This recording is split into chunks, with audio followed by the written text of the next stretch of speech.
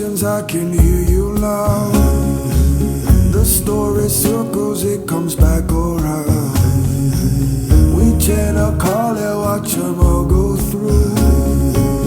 That door I never saw, I never knew. Welcome to my channel. I'm here to do an update on Medusa. As you can see, Medusa has transitioned. She transitioned today, January 19th. I'm pretty much doing this video because I have a bunch of emotions or a bunch of feelings, and I just want to get it all out. Since Medusa is my pet that I shared with you guys, I just kind of want to let go and release my emotions. So this might be a bit of some therapy for me. I got Medusa in October, Friday the 13th. And here it is, January the 19th. So I had her, November, December, January, 3 months.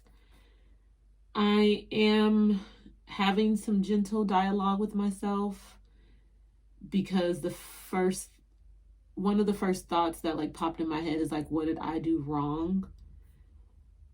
So I'm torn right now with what did I do wrong, and that Medusa was sick. So I fed her on Monday, and then I fed her last Sunday. So when I fed her last Sunday, I fed her 2 pinkies and she threw one of them up. So I thought okay, maybe I overfed her. But in the back of my mind, I was thinking I did look up to see is she sick? And of course, I don't have a doctor, reptile doctor. For me, in my mindset with pets, and people may disagree, I just feel when it's their time, it's their time. I have a cat, so if my cat got sick, I don't take my cat to the vet he has his shots and things of that nature. I just feel it's the circle of life. My mindset might change with that in the future, so I don't have that, I don't have a doctor to take my snake to. So I just looked it up, and the 2 things that I looked up for why she could have been throwing up her food, one is because she could have been stressed or sick. So I just thought maybe she's not hungry. I made up my own one. So I did see the food. She was alive this morning. I did see where she spit up the pinky. And so I just kept an eye on her. And so she didn't make it. The part that I've questioned me is because in my last video, I was, oops, let me do this real quick.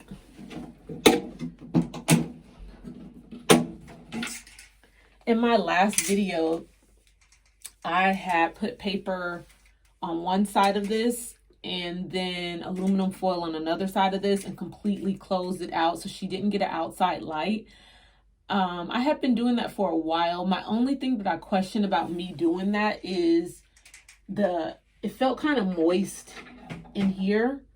And so I didn't experience that with my last snake. So I was questioning possibly the temperature. That's the part that I'm playing with in my mind. Should I have not closed it all the way up? And was I causing there to be moisture? I don't even know if that's such a thing, but that's the part that I'm playing with in my mind. At the end of the day, maybe she was sick. For me, the rationale that I'm having with pets is I was once told that if you have a pet and it dies, then maybe it was protecting you from the energy. So your pet took on the energy instead of you taking on the energy. So that's one thought that I sit with. I haven't had a lot of pets since I was told that. I had a pet fish that died, it's a fish. And then I had my snake, and my last snake, my cat got to it. So, and I had that snake for almost a year. This time I kept Medusa completely away from the cat, and So with that being said, I have already went and got another snake because I told myself, it wasn't even a thought process. When I seen that she had transitioned, I told myself, like, I'm not going to have peace unless I go get another snake. And that brings me to part 2. That's a no-no. Bust my way through like clear with the ammo. On my own terms, I'ma take what's mine. Singing day after day, you can sing that line. Like shots, Jack. They gon' be mad when I squeeze back. And that's a fact, nigga. I'd like to introduce my new snake baby to you. It is a corn snake. That's what I decided on after going to 3 different stores and originally seeing a corn snake. I have decided to name the snake Cleo. I feel like that's a gender neutral type name because they don't know if the snake is a boy or girl. What I'm happy about is my first snake, Karma, was a corn snake. And so I'm like going back to the beginning and building. So I was torn on what kind of snake to get this time. I knew that I wasn't going to go as exotic as my last snake, so I knew that there was a certain amount that I was not going to spend. I had wanted to go bigger just because that would be a goal, is to kind of go bigger or to see my snake grow and get big. So I did look at a ball python. I saw a rainbow Brazilian snake. I had been looking at the ball python ever since Karma transition, so that's why I was playing with it. I went to 3 stores. The first store I went to was where I got Medusa from, which was Pet Supplies. And I had a really awesome experience with them the first time. So I decided to reach out to them again to see what they had. They had a $400 snake and a $300 snake, and I was like, I'm not doing that. And then they had a snake that looked like this snake, and I was like, not another corn snake, no. Then the second store I went to was PetSmart. I called ahead, said what I was looking for. He gave me prices, so I went over there. I am disappointed in the experience at that store. The person who I spoke to was a manager, and they were just you can tell uncomfortable with snakes. So that kind of the interaction, just because I asked if I could hold the snake and he said no, we don't allow people to hold the snake. And then I asked him if he could take the snake out, and he was like no. And at that point I could tell he was uncomfortable. I did get upset. I did get a little rah-rah just because I felt like my time was wasted. And when I feel like my time is wasted, then it's time to go. So I just was a little irritated. So I did throw a little bitch fit. A BF. I did, just because my time was wasted. I end up getting Cleo from the pet store that I would continue to visit when Karma transitioned. So I went over there. I looked at a ball python. The person who helped me said that one was temperamental, and that kind of where I was like, and it's for intermediate. And with me just losing a snake, I'm like questioning myself about like, am I ready for like a ball python or something bigger? And with that being said, in that moment, I decided to go back to a corn snake and have the experience with the corn snake, just because I have everything I need. And I've had a corn snake before. So it would be cool to see like the corn snake grow.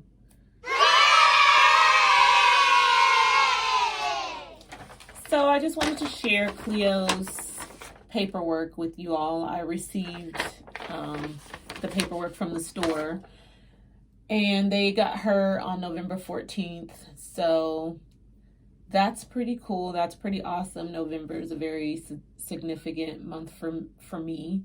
So I'm cool about that. Of course, they don't know the gender of the snake. I'm cool with that. I'm gender neutral. and she eats 2 pinkies a week, and I'm feeling a little nervous about that just because of my last snake experience. But that was another reason why I decided also to go with a corn snake, just because the ball python ate fuzzies, so that's different. And I already had pinkies, and the ball python could have ate the pinkies, but it would have been 4 of them. They already said that the ball python is temperamental about food. I didn't want to have that type of relationship with that snake, like fooling around with its food. So this is the paperwork. I only paid like $79, so that was cool as well. And then I got this. So I did go to PetSmart this time around. And the 3 stores that I visit, one was Pet Supplies and then PetSmart. I just went back to PetSmart. I am going to do something different this time around. I like the bedding that I saw that they had. So I asked her, like, what was their little mix. And she said it was the loose coconut fiber saturate. So I guess I have to let this sit for an hour. And they also use this, and she says she lets it sit for an hour too, and she mixes it in.